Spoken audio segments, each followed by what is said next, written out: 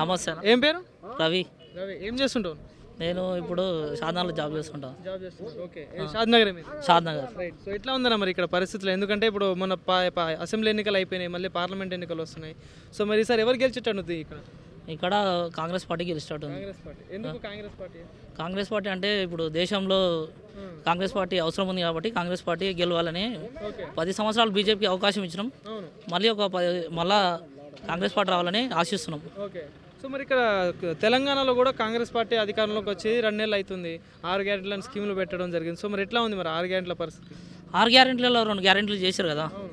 మళ్ళీ ఇంకా మాకు ఛాయిస్ ఉంది. 100 రోజులు అన్నాం, మళ్ళీ చేసే అవకాశం ఉంది. చేస్తాం, బరాబర్ చేస్తాం. 2 రోజులు లేట్ అవుతుండవచ్చు కానీ చేసే అవకాశం మాకు ఉంది.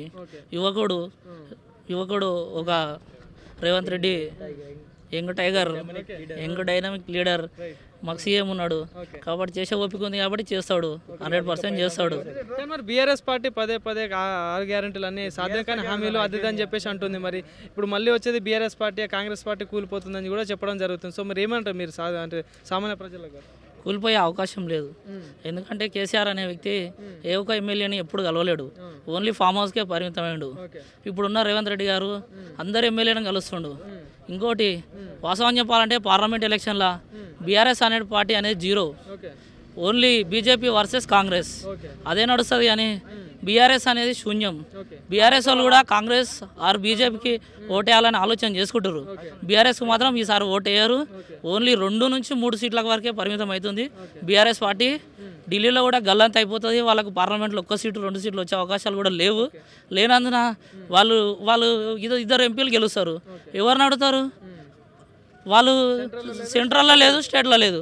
వాళ్ళు ఎవరు దానికైనా వాళ్ళకి ఏ పనులు కావాలన్నా మళ్ళీ పోతే రేవంత్ రెడ్డి ఎత్తుకోవాలి, లేకపోతే సెంట్రల్లో అవకాశం ఎవరున్నారో వాళ్ళ దగ్గరకు పోవాలి. కాబట్టి వాళ్ళని గెలిపించే అవకాశాలు లేవు ఈసారి. కానీ మరి ఇక్కడ మీ మహబూబ్ నగర్ నుండి చూసుకుంటే గతంలో గెలిచింది కూడా బీఆర్ఎస్ పార్టీ ఎంపీఏ. మరి ఏమన్నా పనులు చేయడం కానీ ఎప్పుడైనా మీ విలేజ్కి రావడం కానీ గతంలో గెలిచిన మన్నే శ్రీనివాస్ రెడ్డి గారు ఒక ఎంఎస్ఎన్ గ్రూప్స్ అధినేత అని తెలుసు నాకు.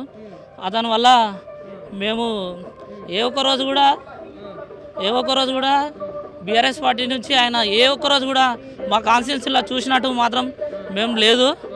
ఆయన గెలవడం అవకాశం లేవు. ఇంతకుముందు అంటే బీఆర్ఎస్ పార్టీ అధికారంలో ఉంది కాబట్టి బీఆర్ఎస్ కోటు వేసారు.